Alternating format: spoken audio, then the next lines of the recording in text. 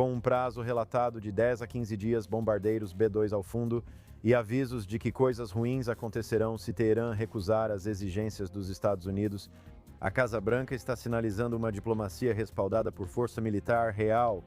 Além disso, Tucker Carlson confrontou o embaixador dos Estados Unidos, Mike Huckabee, em uma entrevista que está repercutindo na direita americana. Minuto de Jerusalém começa agora. Bem-vindo de volta à iniciativa Jerusalém na JNS TV. Meu nome é Josh Hasten, correspondente da JNS News aqui no centro de mídia da JNS, ao lado do CEO da JNS, Alex Trayman. Alex, agora vamos falar sobre a entrevista de Tucker Carlson com o embaixador Mike Huckabee. Provavelmente poderíamos fazer um programa inteiro analisando isso. O vídeo durou 2 horas e meia, incluindo o discurso inicial de 30 minutos do Carlson.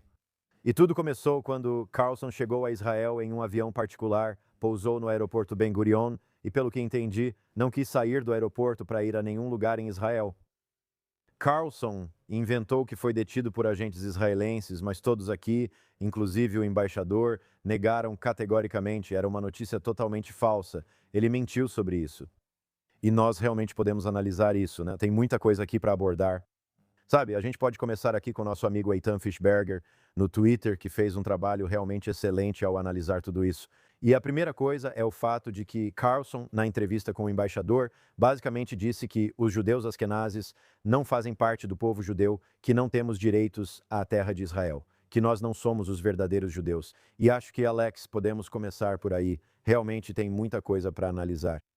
Quer dizer, sinceramente, eu tive que assistir isso por causa do trabalho, certo? E também por causa deste podcast. Quero dizer, isso foi como 2 horas e meia desperdiçadas do meu tempo, do tempo de todo mundo.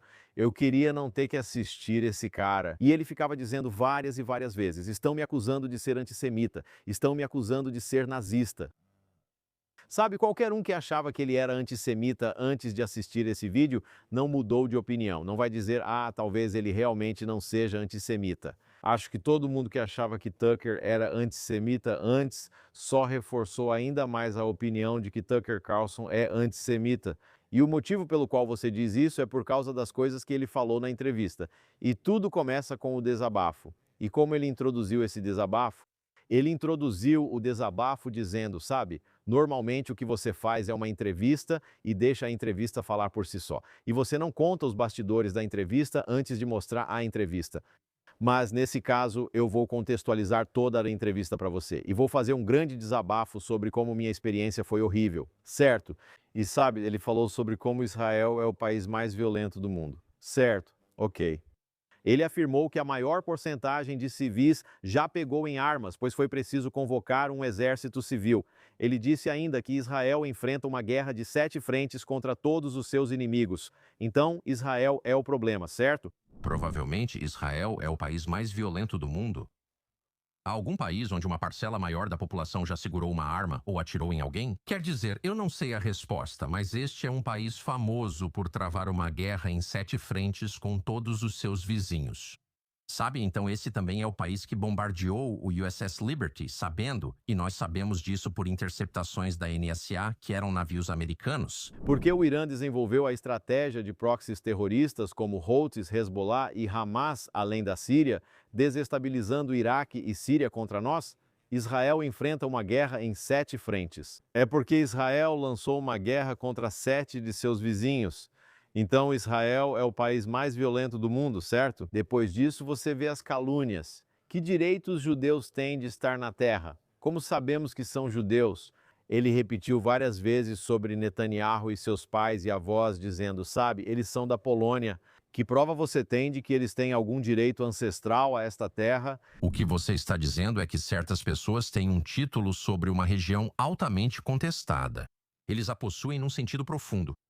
Então eu acho justo perguntar, quem são eles e como sabemos disso? Os ancestrais do atual primeiro-ministro não eram daqui dentro da história registrada. Ele não tem escritura. Bibi Netanyahu, de um lado, a família dele é da Polônia, eles são da Europa Oriental. Então como sabemos que ele tem uma conexão com o povo, os descendentes de Abraão, a quem Deus prometeu a terra? Como sabemos disso? Depois ele começou a divagar de novo, repetidas vezes. Os irlandeses têm o direito de estar na Irlanda e na Irlanda do Norte? Os britânicos têm direito à Grã-Bretanha? Stonehenge é mais antigo que qualquer templo. Por que discutimos o direito dos judeus de viver em Israel? Estamos discutindo o direito dos judeus de viver em Israel, sionistas cristãos e o significado de ser sionista. E eu acho que Huckabee definiu isso bem. Ele disse: sionismo é você acreditar no direito do povo judeu de viver na Terra Santa. Ele disse: bem, por que estamos falando sobre esse direito quando não falamos sobre os direitos de outros povos? E eu gostaria que Huckabee tivesse dito: bem, o motivo pelo qual falamos sobre isso é porque as Nações Unidas, em 1975, lançaram uma resolução dizendo que sionismo é racismo. Então, por décadas, as pessoas têm tentado negar todo o conceito de sionismo, dizendo que ele é ilegítimo e que é ilegítimo para o povo judeu viver na terra. E, sabe, Tucker estava falando de todo tipo de mentira. Ele queria saber qual é a definição de grande Israel. Ele perguntou: onde estão as fronteiras disso? Onde ficam as fronteiras da Judéia e Samaria? Mas então, toda vez que Huckabee tentava insistir e dizia: sabe, as fronteiras de que estamos falando são as fronteiras reais do Estado. Tucker questionava: por que falar só dessas fronteiras? Por que não discutir fronteiras maiores? Achava tudo isso absurdo. Ele está tentando provocá-lo repetidas vezes. É só um artifício retórico atrás do outro. Achei que a melhor parte disso apareceu quando Tucker disse: sabe, talvez eu esteja sendo meio babaca sobre isso, sabe, enquanto ele continuava insistindo. E Huckabee disse: sabe de uma coisa, você está sendo um babaca. Ele, quer dizer, a gente poderia analisar isso de novo por muito tempo, mas basicamente ele disse que estava ok com o Irã ter uma arma nuclear. Era como se ele apoiasse isso. E por outro lado, bem, o que ele disse sabe, que Israel não deveria ter armas nucleares. Eu não acho que ele pense que ninguém deveria ter armas nucleares. Eu sou cristão. Ele ficava repetindo: eu sou cristão. Eu sou cristão. Eu não acredito em matar crianças. Eu não acredito em guerras. Eu não acredito em matar ninguém. Mas ele defendeu que o Irã conseguisse. Claro, ele, sabe, os católicos, ok, eles, sabe, estiveram no centro, sabe, e por trás, sabe, da morte de mais judeus e de muitas guerras, sabe, do que quase qualquer outro povo, certo? Ele não os criticou, nem disse que talvez os judeus fossem sensíveis porque os cristãos mataram tantas pessoas ao longo dos anos. Isso certamente não aconteceria. Ele afirmou que Israel não deveria ter armas nucleares e chamou isso de grande problema. Sabe, ele também tentou provocar Huckabee em relação à situação em Gaza, usando, sabe, repetidas vezes falando sobre: veja quantas crianças foram mortas. Veja quantas crianças, sabe, dizendo que essa criança de 14 anos em Gaza foi morta. Mas houve uma reportagem que era fake news sobre essa morte atribuída às forças de defesa de Israel. Segundo Huckabee, ele estava vivo e bem. Mas, sabe, se uma pessoa de 14 anos, de 40 anos ou de 80 anos com uma arma está vindo na sua direção, qualquer pessoa razoável eliminaria essa ameaça. Segundo Tucker Carlson, se um judeu ou soldado das forças de defesa de Israel está ameaçado, não tem direito à legítima defesa. Ele não quer que judeus vivam. É isso. Sim, isso é muito importante. Ele pressionou Huckabee sobre os números e perguntou: quantas crianças você matou? Quando Huckabee precisou usar os únicos dados disponíveis do Ministério da Saúde de Gaza, que é controlado pelo Hamas, como ele mencionou, e esse ministério costuma inflar o número de mortos, certo? Eles não têm nenhum interesse em diminuir o número de mortos. E então dizendo que Israel fez mais para reduzir baixas civis do que qualquer outro exército na história das guerras. Sabe? Tucker disse: bem, como você prova isso? Você tem os números? Quantas pessoas morreram em outros lugares? E quando Huckabee disse que Israel faz mais para reduzir baixas civis do que até mesmo os Estados Unidos, então Carlson vira para Huckabee e diz: sabe, você está atacando as Forças Armadas dos Estados Unidos dizendo que eles não fazem um bom trabalho? E Huckabee responde: não, não é isso que estou dizendo. Estou dizendo que, seja lá o que você esperaria que Israel fizesse, Israel faz mais do que você esperaria. Como você prova isso? Tudo parecia apenas um ataque vindo de outro lado, como se fosse um boxeador, sabe? Dando um uppercut, um jab, vindo com a esquerda, vindo com a direita, sabe? Eu não sei por que Huckabee fez isso, honestamente. Acho que, de certa forma, está muito abaixo dele sentar com Tucker Carlson. Mas você vê, sabe, o quão grande é o senso de responsabilidade. Eu acho, sabe, se você olhar para Huckabee, um homem tão honrado, e as pessoas disseram: e nós não sabemos se isso eu realmente não posso verificar isso. Mas o que me disseram, sabe, em off, nos bastidores, foi que, sabe, Huckabee, antes da guerra de 12 dias, ele enviou um bilhete ao presidente onde disse: sabe, Talvez tenha sido Deus que poupou sua vida naquele dia no comício de campanha. Só por um momento assim, para garantir que o Irã não ultrapasse o limite nuclear e represente uma ameaça existencial a Israel. Se você adotar essa mentalidade, certo? Acho que Huckabee pensou, sabe, talvez eu tenha sido nomeado embaixador em Israel para um momento como este. Sabe, quando você tem esse comentarista de mídia muito influente nos Estados Unidos, espalhando todo tipo de calúnia, sabe, contra o Estado de Israel, contra o povo judeu e, mais importante, eu acho, contra a relação entre os Estados Unidos e Israel, porque no fim das contas é isso que deixa Tucker irritado. Ele está irritado e já disse várias vezes que sente que os Estados Unidos priorizam o interesse de Israel ao invés do americano. Huckabee, como representante do governo dos Estados Unidos em Israel, sentiu essa responsabilidade, por isso foi nomeado embaixador para lidar com isso. E cumpriu. Acho que fez um ótimo trabalho. Eu daria 100% para ele em todas as questões? Não, eu achei que houve certos pontos em que ele poderia ter feito melhor. Por exemplo, quando Tucker continuou falando sobre a Grande Israel, Huckabee poderia ter respondido e dito: na verdade, o mandato britânico para criar um Estado judeu na área que era chamada de Grande Palestina incluía isso. Toda Israel e tudo bem, mas a comunidade internacional, primeiro de tudo, os britânicos cortaram 75% desse território e criaram um reino hashemita na Jordânia, mesmo que a maioria da população na Jordânia seja palestina. Ninguém fala sobre isso. E então os britânicos quiseram dividir ainda mais a terra e parti-la em enclaves judeus e árabes não contíguos dentro do que restava de Israel. E Israel respondeu que aceitaria qualquer coisa. E a única razão pela qual ficou maior foi porque Israel foi atacado por seus vizinhos, por seus inimigos, e então Israel acabou tomando aquela terra em defesa nas guerras.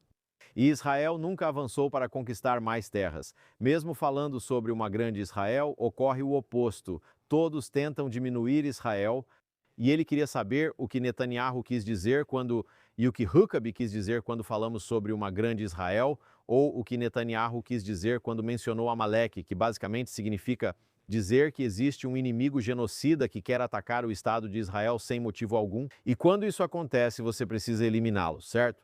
E então, quando Huckabee... Bem, não há nenhuma política que Israel tenha demonstrado que indique que eles querem matar todos os habitantes de Gaza, homens, mulheres, crianças e até o gado. Tucker continuou insistindo e repetindo, mas o que ele quis dizer, o que ele quis dizer... E Huckabee, bem, não acho que isso importe. Mas então, quando Huckabee desafiou Tucker sobre as alegações das pessoas que dizem do rio ao mar, sabe que isso é uma afirmação genocida que significa que cada centímetro de terra do Rio Jordão ao mar Mediterrâneo deveria estar livre de judeus. Tucker diz, você não sabe o que há no coração deles. É, claro, com certeza. Então, Sabe? tudo aquilo foi basicamente um vômito completo de 2 horas e meia de hipocrisia, artifícios retóricos e debate de ensino médio. Sabe, para ser honesto, eu senti pena do Huckabee por ele ter que sentar lá e aguentar aquelas pancadas. Mas sabe de uma coisa? Todos nós temos levado essas pancadas. E não é só o Tucker, é todo mundo que ele deu espaço, é o Piers Morgan. Mas eu acho que ele, sabe, eu acho que seria bom só ler aqui. Sabe, Huckabee realmente publicou uma série de tweets para meio que defender o que aconteceu lá. Não sei se você quer ler. Então, não. Só acho que esse aqui é o mais importante. Quando sentei com Tucker Carlson na quarta-feira, eu esperava uma conversa reflexiva e que ele fizesse perguntas, me desse a oportunidade de realmente responder, assim como ele fez com o pequeno simpatizante nazista Nick Fuentes, ou com o cara que achava que Hitler era o mocinho e Churchill o vilão. O que eu não estava esperando era uma longa série de perguntas onde ele parecia insinuar que os judeus de hoje não são realmente o mesmo povo que os judeus da Bíblia. Quer dizer, Ele conclui o tweet. Espero que Tucker me avise quando quiser aprender fatos sobre a terra e o povo. ele sabe dos fatos, não é idiota, só odeia judeus. Perguntas sobre teorias da conspiração deveriam ficar à margem, não no centro da conversa. Exploraram genética e outros temas. Huckabee afirmou que genética e literatura indicam que judeus atuais podem traçar sua linhagem até Israel e o povo bíblico há milhares de anos. Os que odeiam aqui, e tenho certeza de que Carlson concordaria, sempre dizem, volte para a Polônia. Quando 6 milhões de judeus são assassinados nessa parte do mundo, eles dizem, saiam daqui, vão embora, voltem para sua terra natal, voltem para Israel. Nós não queremos vocês na Europa. Viemos para cá e nos dizem, volte para a Polônia. São os mesmos antissemitas. No início do Holocausto, ok, antes da solução final de Hitler, Hitler andava dizendo que esses são um povo sem terra. Ok, esse é o problema. O problema é que esses judeus não são alemães, eles não pertencem à Europa. Eles têm uma terra e precisam sair do nosso continente e ir para o lugar deles. Então somos odiados por sermos um povo sem terra. E agora que temos uma terra, agora somos um povo odiado por ter terra. Bem, quer saber? A gente entendeu a indireta. Entendemos o que vocês querem dizer. Sim, com certeza. O presidente do Knesset, Amir Okana, afirmou: se eu estivesse na América, teria orgulho em saber que Mike Huckabee, um embaixador sábio, firme e brilhante, representa meu país. Então, o Estado de Israel, nossas autoridades aqui elogiando Mike Huckabee e o trabalho que ele realizou. Muitas pessoas vieram em defesa de Huckabee, mas ao mesmo tempo, Tucker Carlson vem levando seu público nessa jornada há muito tempo. Então, eu não vi quantas pessoas assistiram à entrevista, mas vamos supor pelo menos centenas de milhares, talvez até milhões. E muitos deles, eu acho, acreditam que tudo o que Tucker diz está correto. E o motivo disso é porque eu acho que Tucker realmente teve um papel importante a desempenhar, sabe, enquanto ele estava na Fox, quando ele estava contando para as pessoas sobre a desinformação que estava sendo disseminada durante a Covid e toda a narrativa da Covid. Sabe, ele foi quem expôs o que foi encoberto no caso do laptop de Hunter Biden, sabe? Ele foi quem expôs toda a falsa narrativa do movimento Vidas Negras Importam. Eu acho que isso foi muito importante e por isso é muito decepcionante para nós quando agora ele coloca o que Israel tem feito nessa guerra com Gaza no mesmo pacote. Porque se você viesse aqui e passasse um tempo em Israel, veria que este é um exército do povo, fomos atacados, não queríamos essa guerra. Sabe, parte do que falamos antes, a arrogância de 6 de outubro foi porque nós não queríamos uma guerra. É por isso que estávamos dispostos a ignorar tudo o que nossos inimigos diziam que iam fazer conosco. É por isso que estávamos dispostos a ignorar os preparativos que nossos inimigos estavam fazendo para nos atacar, porque nós esperávamos, não que necessariamente acreditássemos, mas esperávamos sinceramente que eles nunca nos atacariam, porque nós não queríamos uma guerra e não queríamos fazer o que teríamos que fazer. Ao entrar em Gaza, vimos que todos os prédios estavam cheios de armadilhas. Descobrimos que os túneis passam por toda a faixa de Gaza, 500 quilômetros de túneis que chegam a todas as casas, que chegam aos quartos, debaixo dos berços das crianças. Ok, que as armas estão escondidas nos quartos das crianças, que quase toda casa tem uma cópia de Mein Kampf, ok? E quando é esse o caso, sabe, o que Israel pode fazer quando os terroristas estão se escondendo entre a população civil, quando os terroristas estão se escondendo nos hospitais, nas igrejas, nas mesquitas, nas escolas, ok? Eles montaram todo esse cenário, esse teatro completo, onde eles se esconderiam entre a população civil, de modo que Israel não teria escolha a não ser atirar e você nem saberia quem era combatente e quem era civil. E eles podiam simplesmente, e eles nunca distinguiram, certo? O Hamas nunca distinguiu os números entre quem é combatente e quem é civil. Eles dizem que Israel matou 60, 70 mil pessoas, mas você não pode verificar se esses números são verdadeiros. A gente continua vendo os números, sabe? Diminuindo lenta, mas constantemente, e você nunca pode saber quem é combatente. E também, quando você fala sobre as crianças de novo, como o Tucker faz, sabe? Nós ouvimos que o Hamas e o Ministério da Saúde de Gaza chamam todo mundo de criança, incluindo quem tem até 18 anos. Então, todo mundo até 19 anos é considerado criança.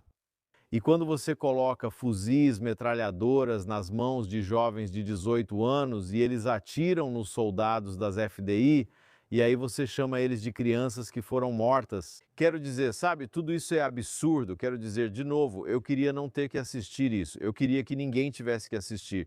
Mas, infelizmente, eu não quero promover isso. Mas todo mundo vai assistir. Todo mundo vai assistir. A Cúpula de Política Internacional JNS 2026 acontecerá de 15 a 17 de abril no Waldorf Astoria, em Jerusalém. Prometem ser dias fenomenais e adoraríamos que você se juntasse a nós. Visite jnsummit.org para se inscrever e conferir a lista de palestrantes. É um grupo de altíssimo nível.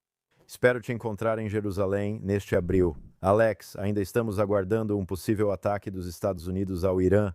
O Wall Street Journal afirmou que pode ser um ataque limitado para chamar a atenção do regime iraniano antes de um ataque maior. Aqui em Israel, Aguardamos para ver o que acontecerá. Todos aguardam quando o ataque ocorrerá. Acho que todos estão nesse jogo de espera e adivinhação, inclusive a mídia. O Wall Street Journal relatou que pode ser um ataque limitado. Sabe, a Axios está fazendo reportagens sobre quando pode haver um possível ataque. O que eu diria é que não se deve confiar nas reportagens de nenhum desses veículos de mídia neste momento. Há simplesmente uma quantidade incrível de especulação e desinformação circulando pela mídia tradicional.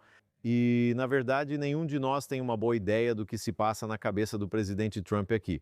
Acho que ele realmente quer ver algum tipo de acordo negociado. Mas, ao mesmo tempo, acho que ele está começando a se alinhar com o sentimento dos israelenses, que não pode haver um acordo negociado com os iranianos, que os iranianos estão simplesmente usando o artifício das negociações para adiar, ganhar tempo, sobreviver mais um dia, mas que qualquer acordo negociado que seja alcançado pelo Irã não vale o papel em que está escrito. O Irã está simplesmente tentando usar as negociações como uma ferramenta para conseguir o que quer com isso, e certamente o que eles querem é sobreviver. O que eles realmente querem, apesar do que dizem publicamente, é possuir uma arma nuclear utilizável. Alex, aqui está o último vídeo do presidente Trump. Pode começar. O povo do Irã é muito diferente dos líderes do Irã e é uma situação muito triste. Mais 32 mil pessoas foram mortas em um período relativamente curto de tempo. Eles iam enforcar 800 pessoas 2 semanas atrás, alguns até por guindaste. Sinto muito pelo povo do Irã, que viveu no inferno. Então aí está o presidente dizendo que acredita que o Irã matou 32 mil pessoas. O presidente faz uma distinção clara entre o povo do Irã e o regime. Sim, o povo do Irã está cansado desse regime. O povo do Irã preferiria ver o dinheiro que o regime investe em armas nucleares, mísseis balísticos ou em proxies terroristas como o Hezbollah, o Hamas e os Houthis sendo usado, em vez disso, para resolver seus problemas de água, resolver seus problemas de eletricidade, injetar dinheiro na economia e, assim, não sofreriam sanções por estarem desenvolvendo armas nucleares ilícitas. E é por isso que a moeda, o real, está sendo negociada entre 1,2 e 1,4 milhão para um único dólar americano. Então, certamente, o povo do Irã tem todos os motivos para estar cansado do regime. É por isso que eles têm ido às ruas. E então você vê o resultado, a reação do regime, que é massacrar os manifestantes nas ruas. E aqui você está dizendo que Trump está dizendo que foram 30, nós vemos Trump dizendo que foram 32 mil pessoas massacradas. E também precisamos olhar para o início desse protesto, quando estava sendo noticiado que havia algumas centenas, talvez 1000 pessoas. E Trump disse ao regime iraniano: não atirem nos manifestantes, nós vamos apoiá-los. Estamos prontos para agir, a ajuda está a caminho. Bem, prontos para agir, sim. Não só está pronto para agir, está mais pronto do que qualquer um poderia imaginar. Com o USS Lincoln, o USS Ford agora a caminho do Oriente Médio, uma armada massiva, como o presidente chamou, centenas de voos de jatos para a área, além de aviões-tanque de reabastecimento e aviões de transporte, todos indo para a região. E, sabe, isso está criando uma situação em que eu nem sei se Trump tem uma saída para isso neste momento. Sabe, em algum momento você posiciona toda a armada. Enquanto o regime iraniano continuar com sua beligerância, sabe, eu não vejo como essa situação vai se acalmar neste momento. Ao mesmo tempo, o vice-presidente Vance disse que houve progresso nas conversas, nas negociações indiretas entre os Estados Unidos e o Irã.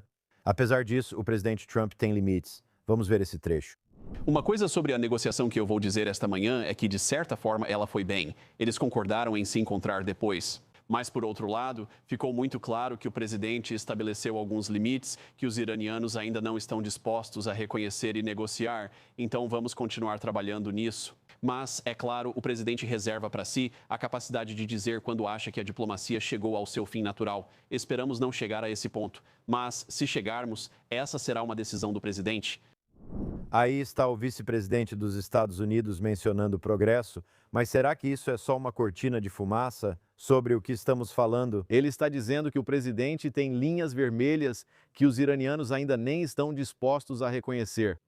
Isso significa que sim, eles vieram para conversar, sim, nesse sentido é produtivo. Sim, os iranianos estão participando da encenação e demonstrando disposição para negociar. potencialmente sobre a questão mais importante, que é a questão nuclear, uma questão sobre a qual eles não se pode confiar neles.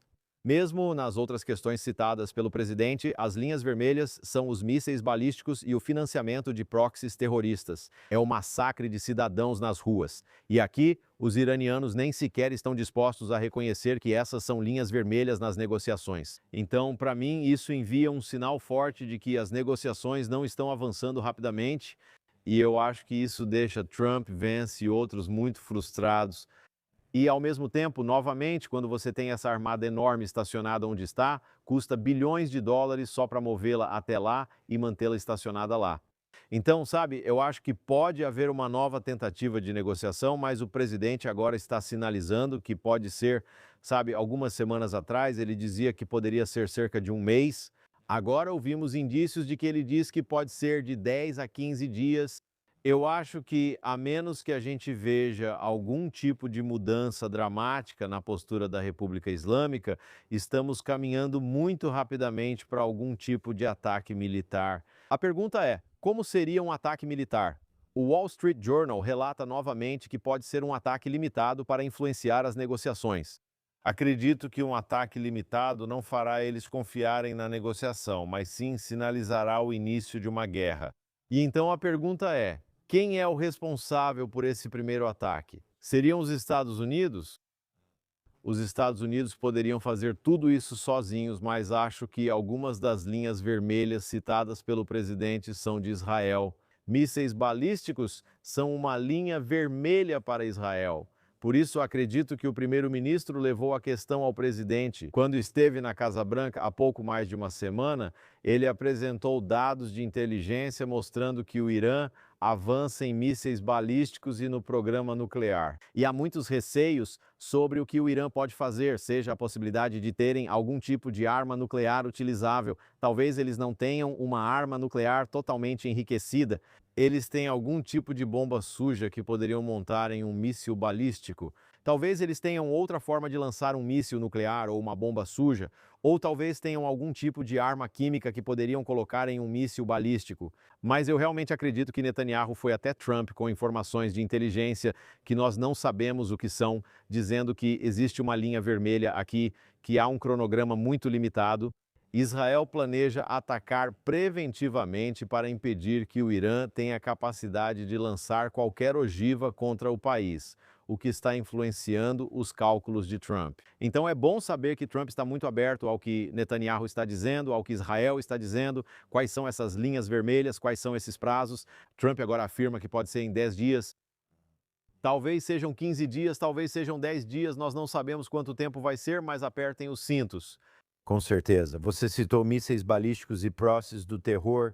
E claro, Israel tem que lidar com esses proxies do terror diariamente, seja o Hamas lá em Gaza ou o Hezbollah no norte. Cito o Hezbollah porque ao menos 10 pessoas morreram em ataques aéreos israelenses no leste do Líbano na sexta-feira, um dos mais mortais das últimas semanas. Então, Israel ainda está lidando com o que resta do Hezbollah no Líbano. Bem, isso não é uma situação de simplesmente lidar com algo. Esta é uma situação para a qual Israel espera plenamente e precisa se preparar para tudo o que o Hezbollah ainda tem em sua capacidade de atacar Israel, caso algum tipo de ataque seja lançado contra o Irã. Lembre-se de que o Hezbollah sempre foi o fator de dissuasão para impedir que Israel atacasse o Irã e seu programa nuclear. O Hezbollah estava abastecido com mais de 10 mil mísseis, foguetes de longo e curto alcance apontados para Israel, que poderiam causar danos significativos a Israel. Como são lançados de tão perto, fica muito mais difícil para Israel derrubar todos. Por isso, Israel espera que o Hezbollah fique mais ativo, embora não tenha participado nem disparado um tiro durante a guerra de 12 dias. Mas se isso for significar o fim do regime iraniano, a liderança no Irã, pode ter certeza, ou pelo menos é preciso estar totalmente preparado, que o Hezbollah vai lançar tudo o que tem contra Israel. Então, o que você está vendo agora é um aumento das ações preventivas de Israel no sul do Líbano. Aqui ele estava no leste do Líbano para eliminar tudo o que eles sabem que existe, especialmente se for relacionado a lançadores de mísseis e mísseis que possam ser disparados contra Israel. Alex, vamos ao Conselho da Paz que fez sua reunião inaugural na última quinta? Vamos abordar Hamas, Gaza e a razão da criação do Conselho da Paz. Porém, o presidente mencionou o Irã em seus comentários. Você e eu assistimos ao vídeo enquanto ele estava sendo transmitido ao vivo. Vamos conferir primeiro os comentários do presidente Trump sobre o Irã. Precisamos de um acordo significativo, senão coisas ruins podem acontecer. Talvez tenhamos que ir além ou fazer um acordo. Vocês vão descobrir provavelmente nos próximos 10 dias. Então aí está o presidente dizendo que se um acordo não for alcançado, coisas ruins vão acontecer para os iranianos. Sim, eu acho que é esse o caso. Quero dizer, toda a reunião do Conselho de Paz foi um pouco surreal. Digo, todo o conceito de existir um Conselho de Paz, este é um sinal muito claro de que as Nações Unidas simplesmente são um fracasso como organização, mesmo assim. Trump disse durante seus comentários que tem estado em contato com a ONU, presidente, o secretário-geral da ONU, Guterres, e que ele é um bom homem e que a ONU está realmente acompanhando e seguindo sua liderança. Eles não atingiram seu potencial, disse ele. Claro. Você sabe, você vê Trump saindo do roteiro muitas vezes, falando sobre vários líderes, pedindo para diferentes pessoas se levantarem e dizendo como todos estão indo bem, sabe? Dizendo que eles efetivamente acabaram com a guerra em Gaza, efetivamente acabaram com a guerra no Oriente Médio. Em Israel, sabemos que a guerra no Oriente Médio continua, certo? Na semana passada, até o primeiro-ministro discursou na conferência dos presidentes das principais organizações judaicas americanas. E você sabe, ele basicamente disse, sabemos que estamos lutando essa guerra há mais de 2 anos. É a guerra mais longa da história de Israel. Ele não indicou que a guerra acabou. E eu acho que você está vendo as FDI ainda ativas em Gaza, as FDI se preparando para voltar a Gaza de forma significativa, as FDI ainda muito ativas no Líbano. E claramente uma grande escalada prestes a acontecer no Irã. Acho que talvez Trump quisesse ter essa reunião antes de qualquer possível ação militar no Irã. E foi isso que aconteceu. E agora vamos ver se esse Conselho de Paz vai realmente se alinhar ao presidente dos Estados Unidos, enquanto ele se prepara, possivelmente, para atacar o Irã. Alex, temos o trecho do enviado especial Steve Witkoff dizendo que o presidente Trump está frustrado e esperava que os iranianos já tivessem voltado à mesa de negociações. Vamos conferir. Não quero usar a palavra frustrado. É quase isso, pois ele entende que há várias alternativas. Mas é curioso, ele está curioso sobre o motivo de eles não terem, eu não quero usar a palavra capitulado, mas por que eles não capitularam? Porque, sob esse tipo de pressão, com a quantidade de poder marítimo, poder naval que temos lá, por que eles não vieram até nós e disseram, nós afirmamos que não queremos uma arma. Então, aqui está o que estamos preparados para fazer. E ainda assim, é difícil levá-los a esse ponto. Então, Alex, o que você acha desse trecho de Steve Witkoff dizendo que o presidente Trump já teve o suficiente? Ele está ficando frustrado. Ele pensou que, ao verem a armada nas costas do Irã, já teriam corrido de volta à mesa de negociações. Acho que Witkoff e Kushner estão percebendo com quem lidam e foram arrogantes ao pensar que conseguiriam um acordo desde o início. A menos que isso tenha sido só um exercício, certo? Talvez preparação para negociações. Com o Irã, foi apenas um exercício para convencer o público americano de que não havia outro caminho porque tentamos negociações primeiro. Talvez tenha sido um exercício para demonstrar à comunidade internacional, como o Conselho de Paz, as Nações Unidas e outros, que Trump realmente tentou chegar a um acordo negociado primeiro. Mas sabe, você tem que entender quem são os iranianos e a ideia de que eles vão capitular. Claro, eles deveriam capitular. Eles deveriam reconhecer que suas cabeças estão prestes a ser estouradas. E que, se quiserem viver mais um dia, devem concordar com tudo o que o presidente mandar. Eles podem ter exigências dizendo, ok, concordamos com tudo, liberem as sanções. Eles poderiam dizer, priorizem o essencial, se querem negociar, por que não afastam um pouco a armada? É difícil negociar sob essa pressão. Sim, vamos assinar o acordo sobre as armas nucleares. Recuem a armada de vocês e então discutimos mísseis balísticos e proxies.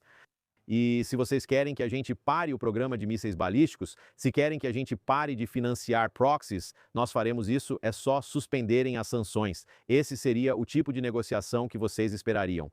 Mas não é isso que estamos ouvindo dos iranianos. O que estamos ouvindo é um tom cada vez mais agressivo em relação aos Estados Unidos, com ameaças. Eles divulgaram um vídeo na semana passada, ou pelo menos vimos algum tipo de vídeo que está sendo atribuído ao regime iraniano. Havia um vídeo gerado por IA, sabe, de um míssil atingindo um porta-aviões.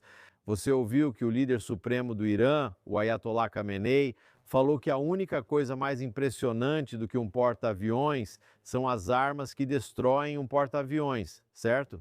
Continuamos ouvindo um tom cada vez mais agressivo do regime iraniano. E, de novo, né, o que isso significa para mim é, primeiro, que você precisa entender a estratégia deles aqui, que é que eles não vão recuar, eles precisam mostrar força ao próprio povo.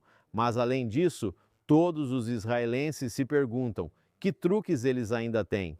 Será que possuem uma bomba suja, arma química ou até mesmo uma arma nuclear utilizável? Mesmo que eles não tenham fabricado por conta própria, será que adquiriram isso do Paquistão, da Coreia do Norte? Existe alguma arma que eles conseguiram com o colapso da União Soviética? Então, essas são todas as coisas com as quais Israel tem que se preocupar, com as quais os Estados Unidos têm que se preocupar em termos de retaliação. Mas não parece que os iranianos estejam capitulando. Sim, com certeza. Alex, quero voltar ao Conselho da Paz, pois o foco da reunião foi Gaza. Trump afirma que acredita que o Hamas vai depor as armas sob seu plano de paz. Vamos assistir ao vídeo. A guerra em Gaza acabou.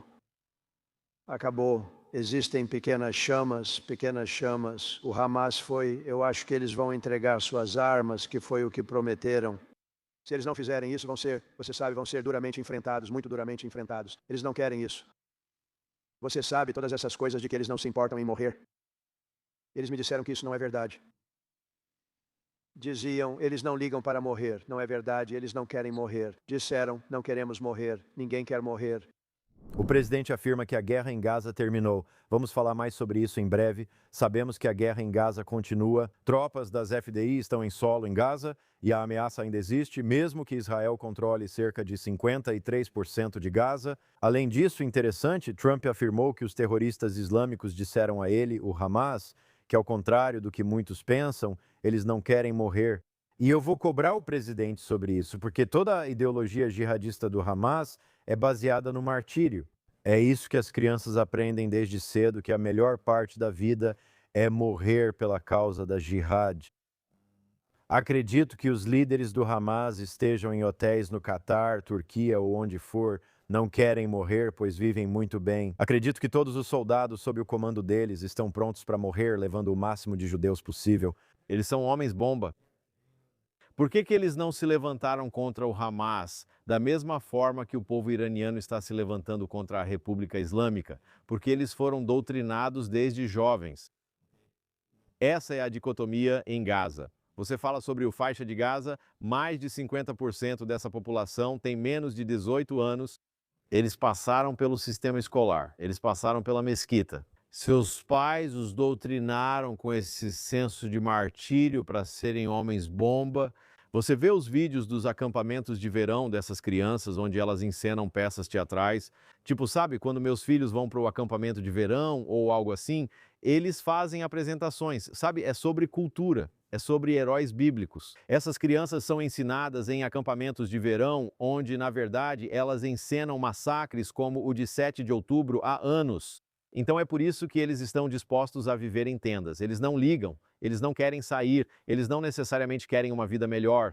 Toda essa ideia de que existem palestinos inocentes, os palestinos são, os habitantes de Gaza são inocentes, no sentido de que as crianças foram doutrinadas, certo? Então eles não fizeram isso porque quiseram. Eles próprios são mantidos como reféns. Então sim, você pode sentir pena deles, mas sente pena deles por causa do que o Hamas fez com eles. Então eles não vão simplesmente largar suas armas.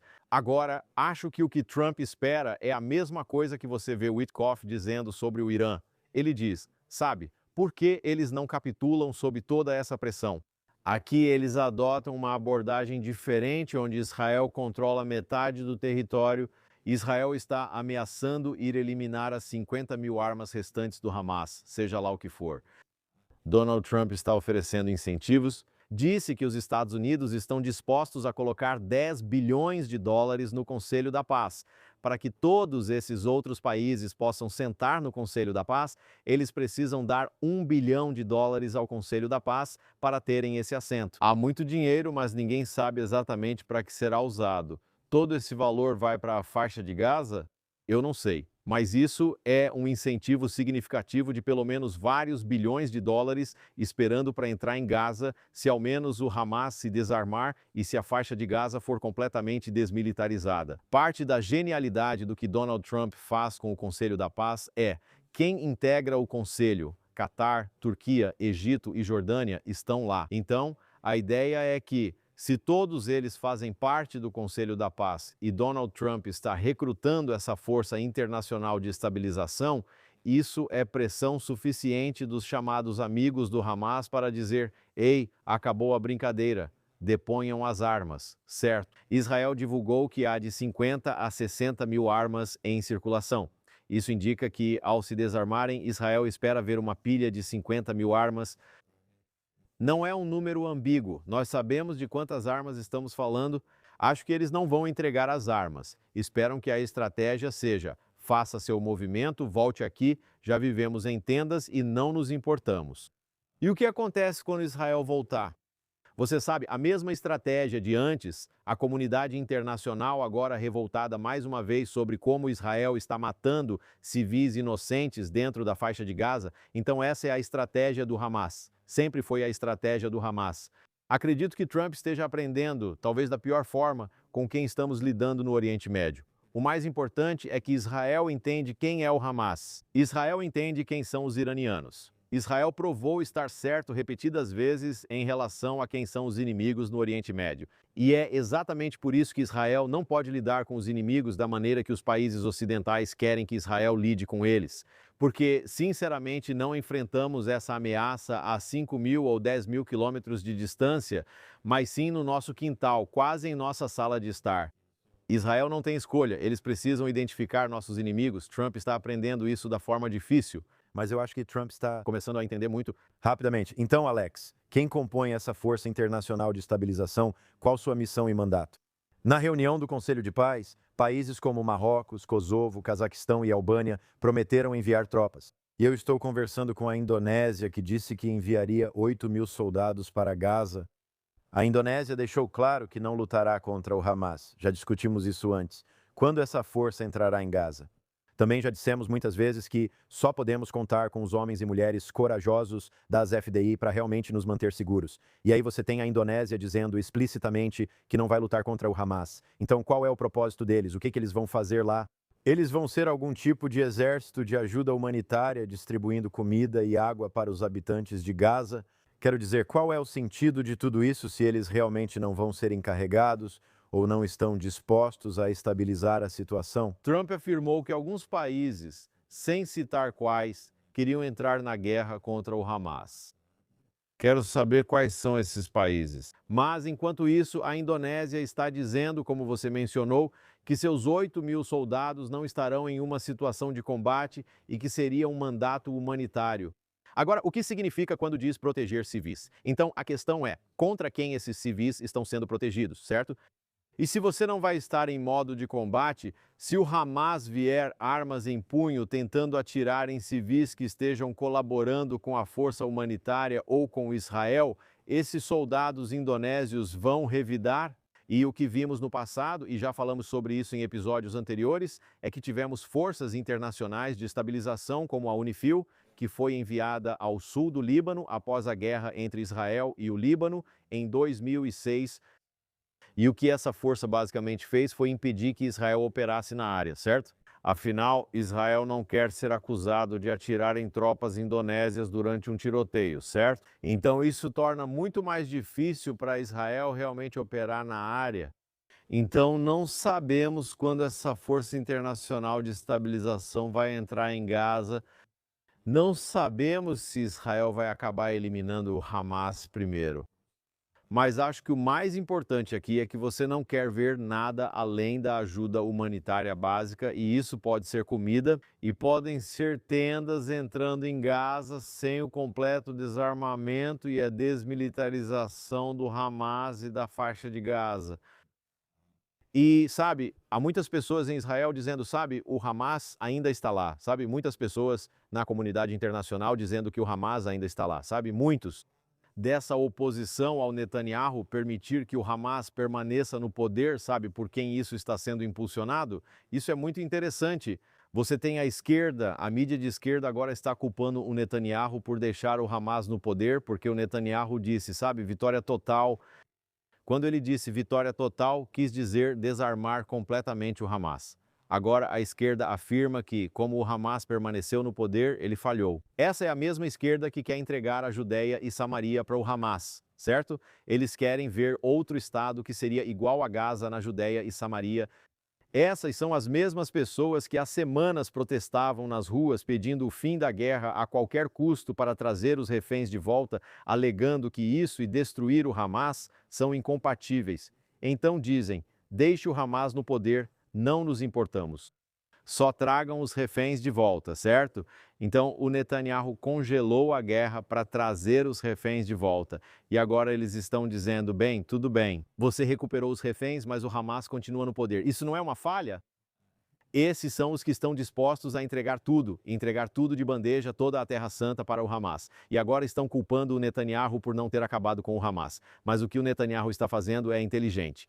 Ele diz, precisei assinar o acordo para trazer os reféns. Agora o Hamas perdeu sua carta na manga, pois não tem mais os reféns. Ao mesmo tempo, o que Netanyahu quer é que Donald Trump esteja focado no Irã.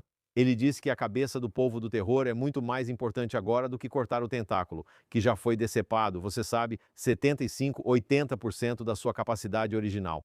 Então, sabe, ele está disposto a deixar essa situação se arrastar. E a situação está sob controle. Israel já tomou 53% da faixa de Gaza, eles estão mantendo esse controle há meses, certo? E não há indicações de que vão devolver até que o Hamas esteja completamente desarmado e Gaza totalmente desmilitarizada. O Hamas não é uma ameaça ativa à frente interna de Israel agora, certo? Não era obrigatório apresentar essa ameaça em 6 de outubro, mas a arrogância das Forças Armadas e da inteligência israelense permitiu que isso ocorresse.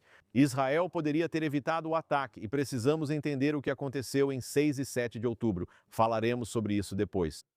Mas agora, se o Hamas quer continuar apontando suas armas para os cidadãos de Gaza e quer que os cidadãos de Gaza apodreçam nas ruínas da faixa de Gaza, vivendo em tendas, sabe, para sempre, qual é o problema disso? Certo. Há um grande incentivo com bilhões de dólares em ajuda para a reconstrução. Se alguém viu as fotos que Jared Kushner estava mostrando em Davos, Gaza poderia parecer completamente modernizada e diferente.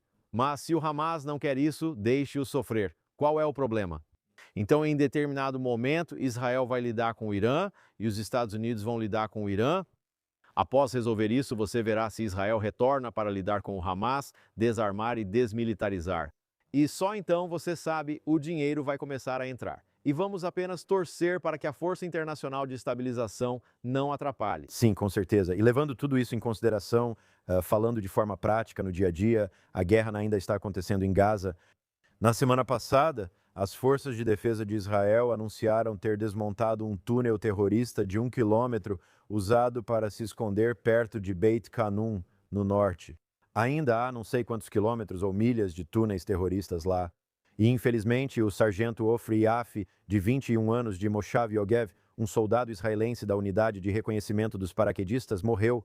Parece que foi um incidente de fogo amigo, infelizmente muito, muito triste. Então, um soldado em Gaza lutando contra terroristas do Hamas, mesmo que não estejamos na ofensiva como estávamos quando era uma frente de guerra ativa. A guerra continua em Gaza e, infelizmente, um soldado morreu esta semana. Sim, desmilitarizar Gaza também significa a destruição de toda a rede terrorista. E, sabe, eu acho que Israel acredita que destruiu cerca de 150 quilômetros de rede terrorista, mas as estimativas são de que pode haver mais de 500 quilômetros de túneis subterrâneos, então ainda há muito trabalho a ser feito. E talvez a Força Internacional de Estabilização esteja ativa tentando eliminar essa rede de túneis, certo? Eles afirmaram que não é modo não combate, mas ainda assim poderiam atuar na desmilitarização e destruição desses túneis. Esse é um bom momento para parar. Sabe, Alex, seja os Carlsons, a Candace Owens, o Hamas, a UNRWA ou qualquer um desses outros, o povo judeu e o Estado de Israel vão prevalecer, não tenho dúvida disso. Este é um bom momento para encerrar o Jerusalém Minute desta semana na JNS TV. Sou Josh Hasten, correspondente da JNS News, com Alex Traiman, CEO da JNS. Agradeço ao pessoal dos bastidores, nosso editor Ryan Lifchitz, nosso produtor Zach Sigerman, Esther Eden e o gerente Yuri Zaretsky. Inscreva-se, curta e nos mande um valeu demais. Acesse a JNS TV para conteúdos incríveis. Visite jns.org para as últimas notícias de Israel, Oriente Médio e mundo judaico. Fiquem seguros e tenham uma ótima semana.